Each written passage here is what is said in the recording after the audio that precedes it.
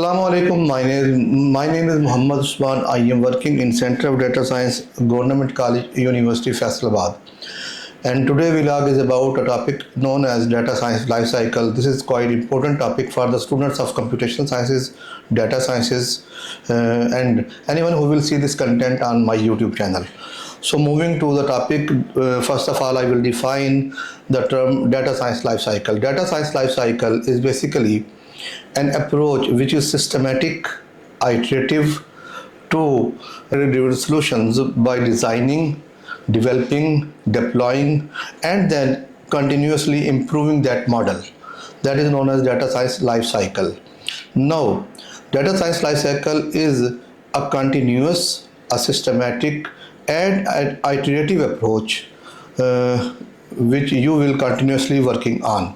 Now, what are different phases or stages of data science life cycle? Now, let me tell about these stages. I have written on the paper.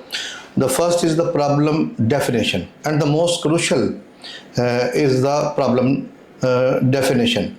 The second is data collection. The third is exploratory data analysis, data understanding or EDA. The fourth is data cleaning, dealing with the missing values, data imputation, outliers, etc. The fifth is the feature engineering, feature selection, as well as normalizing your data. The sixth is model building, model training, etc. The seventh is model evaluation using certain metrics, then deployment of the model, and then continuous improvement of the model for decision making. These are the seven phases, seven stages of data science life cycle. Now let's discuss each one in somehow detail, not detailed, but somehow detail, a brief detail. The first phase of data science life cycle is problem definition. This is the most crucial phase whenever some student wants to start his final year project, or he wants to basically develop some solution for the business he is working in that organization, or he will pick up some problem of the society. Therefore, the first problem is to basically identify the problem. The very first problem in data science life cycle is identify the problem. Now I will discuss certain key activities in this first phase. Now, what are these key activities? Understanding organizational or business objectives. The second is identifying the real world problem to be solved. The third is translating your business goals into data science objectives. The fourth is defining success metrics, KPIs, key performance indicators, your accuracy, your precision, your ROI, return on investment, etc. Defining constraints, for example, time, budget, ethics, data availability, quality of the data, etc. Now, the examples of the problem definition are predicting student dropout rate, forecasting the energy consumption in kilowatt hours, etc. Detecting fraudulent activities in the banking transactions, etc. These are the examples of problem definition. Moving towards the second phase of data science life cycle, which is known as data collection. This is quite crucial phase because many students detect some problem they want to do, but they are unable to get the accurate data or latest data or data related to their problem. So they then change their idea. What are different ways to get these data? Now, I will first discuss about different data sources. These are the databases stored in different computers, whether they are stored on servers or data warehouses. They can be collected using APIs, they can be collected using sensor data, using IoT data. Similarly, web scraping is an approach. Using that, we can collect a lot of data. Logs and transaction records, histories, etc. Surveys and questionnaires. These are different phases of collecting the data. Now, what are different type of data? We can deal SQL data, no SQL data, semi-structured data, for example, JSON, JavaScript object notation, JSON data. Similarly, we can even have unstructured data, for example, images, videos, tweets, etc. Now, what is the outcome of the data collection phase? We collect the raw data about certain specific problem upon which we are going to work on. The third phase is data understanding or exploratory data analysis. This phase, basically exploratory data analysis, helps the data scientists to understand the nature, quality and patterns in the data. And different approaches we apply in this phase is basically we apply different Python graphs, heat maps, correlations and such type of approaches to know the links, the patterns within the data, so that we can analyze our data, what kind of data we have collected and how can we inspect that data, what are the correlations, what are the outliers, if there are certain outliers in that data. We will come to know when we apply different graphs, different plots on our data, and this phase is known as exploratory data analysis. The key activities in this area is inspecting data structures and data types, identifying missing values and outliers, analyzing distributions and correlations, visualizing data using plots and charts, understanding biases and anomalies. The next phase is feature engineering. The next phase is data cleaning and dealing with the missing values. The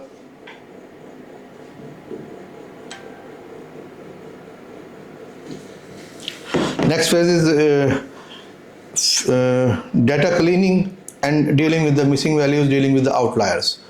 Now, in our data, when we come to know that these values are missing values, or certain values are not entered properly, certain values are not of that type, the other values are of that type. So we have to for our model selection, sometime we have to change the data type of the variable. So we can change it. We have to also know down that what are the missing values and how to deal with these missing values, how to fill these values. What is the measure of central tendency, whether it is median, mode or mean, and we have to replace with which value. Sometimes we are observing the data and here we have let's suppose binary values, for example male and female. Similarly, sometimes these binary values are not equivalent. For example, in the test cases, if positive is the detection of some disease and negative is the absence of that disease. Now we cannot simply replace these values with 1 or 0 because they affect a lot. The next phase is feature feature engineering and selection.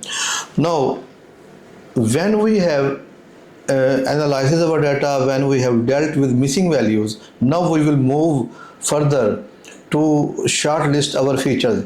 When we trained our model, we fed our data into that model, then it is quite since in the age of big data we have enormous variables.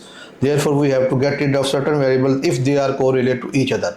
Therefore, they will not have an impact if we select only one variable. If two variables are correlated, then we will have to shortlist. We have to drop certain features, certain variables. Sometimes it is quite visible and we come to know that this feature is not having some sort of very good effect on the final outcome of our model. Therefore, we will drop that feature or drop that variable.